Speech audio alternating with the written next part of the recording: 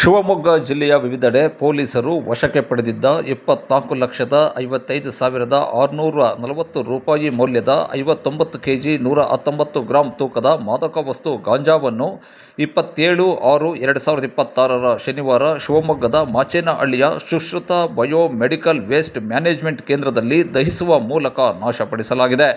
ಈ ಸಂದರ್ಭದಲ್ಲಿ ಜಿಲ್ಲಾ ರಕ್ಷಣಾಧಿಕಾರಿ ನಿಖಿಲ್ ಬಿ ಸೇರಿದಂತೆ ಮಾದಕ ವಸ್ತು ವಿಲೇವಾರಿ ಸಮಿತಿ ಸದಸ್ಯರು, ಪರಿಸರ ಇಲಾಖೆ ಅಧಿಕಾರಿಗಳು ಉಪಸ್ಥಿತರಿದ್ದರು.